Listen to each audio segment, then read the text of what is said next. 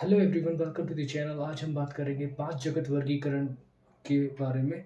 और इन 5 जगत का तुलनात्मक अध्ययन करेंगे कुछ लक्षणों के साथ।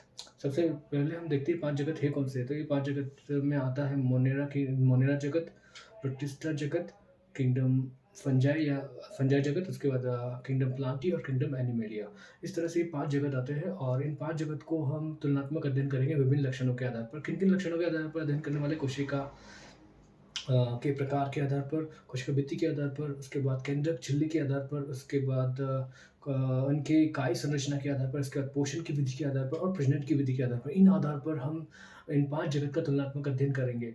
तो सबसे पहले जो जगत देखने वाले हैं वो हम देखेंगे किंगडम मोनेरा के बारे में, और जो लक्षण रहेगा वो लक्षण है कोशिका के प्रकार। तो कोशिका के प्रकार के आधार पर देखें तो मोनेरा में किस तरह के कोशिका वाले जीव होते हैं।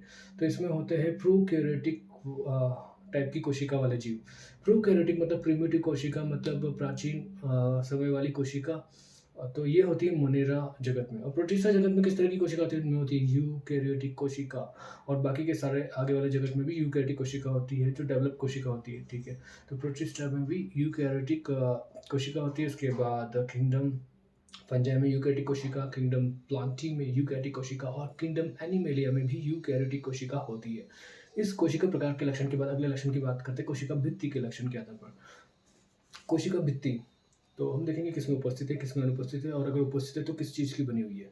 तो सबसे पहले बात करते हैं कोशिका भित्ति के आधार पर मोनेरा जगत में किस तरह की कोशिका भित्ति होती है, क्या होती है, नहीं होती। कोशिका भित्ति होती है मोनेरा जगत में, और किस प्रकार की होती है? तो ये सेलुलोज की बनी नहीं होती, ये बनी होती है बहुशर्कराइड प्लस अमीनो अम्ल से मिलकर बनी होती है मोनेरा जगत की कोशिका भित्ति। उसके बाद बात करते हैं प्रोटिस्टा की। तो क्या इनमें कोशिका भित्ति होती है? कुछ जीवों में कोशिका भित्ति उपस्थित होती है। उसके बाद बात करते हैं किंगडम फंजाई की। इनमें कोशिका भित्ति होती है? इनमें कोशिका भित्ति होती है। क्या ये कोशिका भित्ति सेलुलोज की बनी होती है? नहीं, फंजाई में कोशिका भित्ति सेलुलोज की नहीं बनी। तो किसकी बनी होती है? इनमें फंजाई में कोशिका भित्ति बनी होती है काइटिन की। उसके बाद बात करते हैं अगले जगत की। तो किंगडम प्लांटी की बात करते हैं। क्या इनमें कोशिका भित्ति होती है? हाँ, इनमें कोशिका भित्ति होती है। किसकी बनी होती है? इनमें कोशिका भित्ति सेलुलोज की बनी होती है। उसके बाद बात करते हैं अगले जगत की, किंगडम एनिमेलिया की। क्या इनमें कोशिका भित्ति होती है? नहीं, किंगडम एनिमेलिया में कोशिका भित्ति नहीं होती। उसके बाद बात करते हैं अगले गुण की। तो अगला गुण है केंद्रीय केंद्र की झिल्ली। केंद्र की झिल्ली क्या मोनेरा में होती है? नहीं, मोनेरा जगत में केंद्र की झिल्ली नहीं होती है, क्योंकि ये प्रोकैरियोटिक टाइप की कोशिका होती है। और बाकी जो यूकैरियोटिक कोशिका होती है इनमें केंद्र की झिल्ली होती है। मतलब हम बोल सकते हैं कि बाकी के जगत में जो केंद्र की झिल्ली होगी वो उपस्थित होगी। अर्थात प्रोटिस्टा जगत में केंद्र की झिल्ली होगी, फंजाई जगत में केंद्र की झिल्ली होगी, किंगडम प्लांटी में केंद्र की झिल्ली होगी, किंगडम एनिमेलिया में केंद्र की झिल्ली होगी। उसके बाद बात करते हैं अगले लक्षण की। अगला लक्षण है काय संरचना। काय संरचना के बारे में देखते हैं। तो मोनेरा जगत में काय संरचना कैसी होती है? कोशिकीय होती है, अर्थात एक कोशिकीय होती है। उसके बाद प्रोटिस्टा जगत में भी काय संरचना कोशिकीय होती है। और फंजाई जगत में कोशिकीय संरचना कैसी होती है? तो इसमें होती है बहुकोशिकीय और अदृढ़ ऊतक की बनी होती है। उसके बाद बात करते हैं किंगडम फंजाई के बाद किंगडम प्लांटी की बात करते हैं। तो किंगडम प्लांटी में कोशिका भित्ति किंगडम प्लांटी में हम बात कर रहे हैं कि हमने क्या-क्या गुण देख रहे थे, कौन से गुण देख रहे थे? किंगडम प्लांटी में हम केंद्र की झिल्ली के बारे में बात कर चुके थे। केंद्र की झिल्ली के बाद अभी हम बात कर रहे हैं काय संरचना की। तो किंगडम प्लांटी में काय संरचना कैसी होती है? तो किंगडम प्लांटी में जो होती है, इनकी काय संरचना जो बनी होती है वो ऊतक की बनी होती है और अंग की बनी होती है और ऊतक तंत्र की बनी होती है। ऊतक तंत्र, अंग और ऊतक तंत्र की बनी होती है। बात करते हैं किंगडम एनिमेलिया में। तो इनमें जो होती है काय संरचना कैसी होती है? तो किंगडम एनिमेलिया में काय संरचना होती है अंग तंत्र वाली और ऊतक से बनी हुई काय संरचना होती है। ठीक है, इसके बाद हम बात करते हैं अगले गुण की। तो उसके बाद बात करते हैं पोषण की विधि की। तो जो मोनेरा जगत है उनमें पोषण की कई सारी विधियाँ होती है। इनमें स्वपोषी पोषण होता है, परपोषी पोषण होता है। स्वपोषी पोषण में भी दोनों प्रकार के पोषण होते हैं। इनमें प्रकाश संश्लेषी पोषण भी होता है और रसायन संश्लेषी पोषण भी होता है। परपोषी पोषण में मोनेरा जगत में भी दोनों जगत कई प्रकार के, मतलब दोनों प्रकार के ही पोषण मिलते हैं। परपोषी पोषण में मिलता है हमें परजीवी पोषण और मृतपोषी पोषण। इसके बाद बात करते हैं हम अगले जगत की। अगला जगत है किंगडम मोनेरा के बाद किंगडम प्रोटिस्टा, और इनमें किस तरह का पोषण विधि होता है? तो इनमें भी दोनों प्रकार की पोषण विधि होती है, परपोषी पोषण भी होता है, स्वपोषी पोषण भी होता है। लेकिन इनमें स्वपोषी पोषण जो होता है वो रसायन संश्लेषी प्रकार का होता है, रसायन संश्लेषी प्रकार का। उसके बाद बात करते हैं हम अगले जगत की। जगत है कवक जगत या किंगडम फंजाई की। तो इनमें के पोषण किस तरह का होता है? इनमें पोषण होता है परपोषी प्रकार का, और परपोषी प्रकार का पोषण होता है इसमें। जो पोषण होता है परपोषी प्रकार का दोनों प्रकार का होता है, मतलब इनमें परजीवी प्रकार का पोषण भी होता है और मृतपोषी पोषण भी होता है।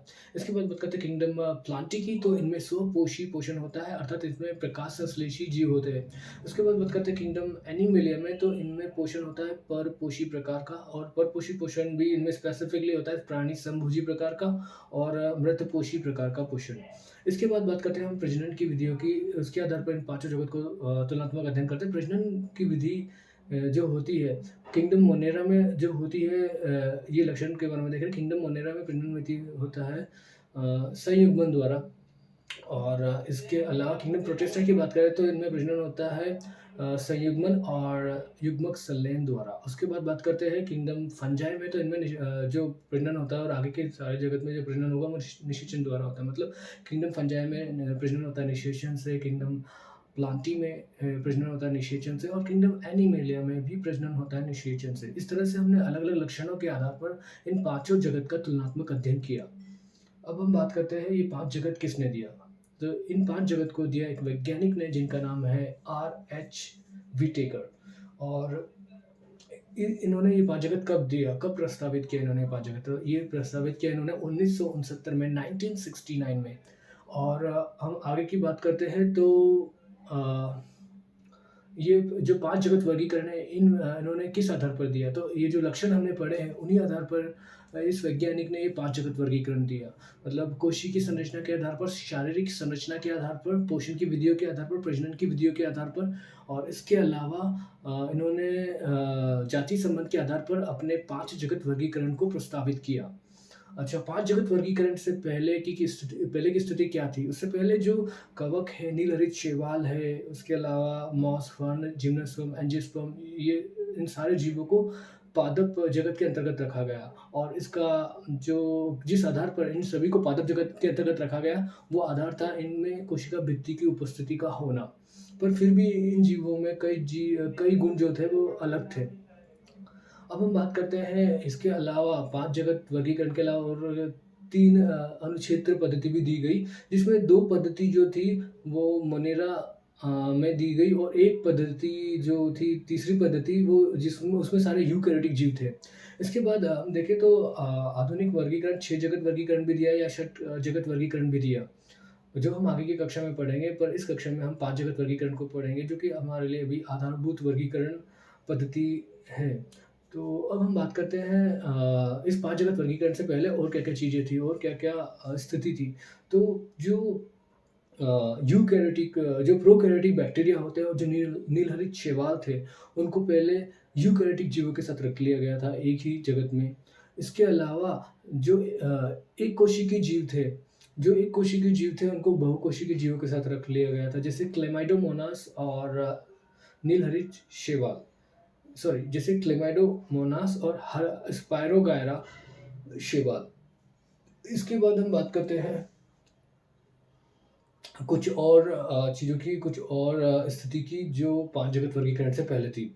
जो परपोषी जीव जैसे कि कवक है या फंजाई है, उनको स्वपोषी जीव जैसे हरित पादप के साथ रख लिया गया, और इनके गुण जो थे वो पूरी तरह से अलग थे। एक परपोषी, एक स्वपोषी। इसके अलावा इनकी जो कोशिका भित्ति थी वो भी अलग तरह की बनी हुई थी। जो पादप में कोशिका भित्ति बनी हुई थी वो सेलुलोज की बनी हुई थी, और जो कवक में कोशिका भित्ति बनी हुई थी वो काइटिन की बनी हुई है। इस तरह से कवकों के गुणों में विभिन्नता है, और इस कारण से कवकों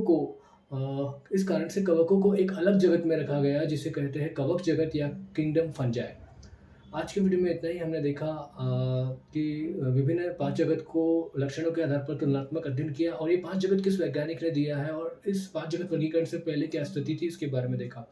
आज की वीडियो में इतना ही। Thank you for watching. See you in the next video.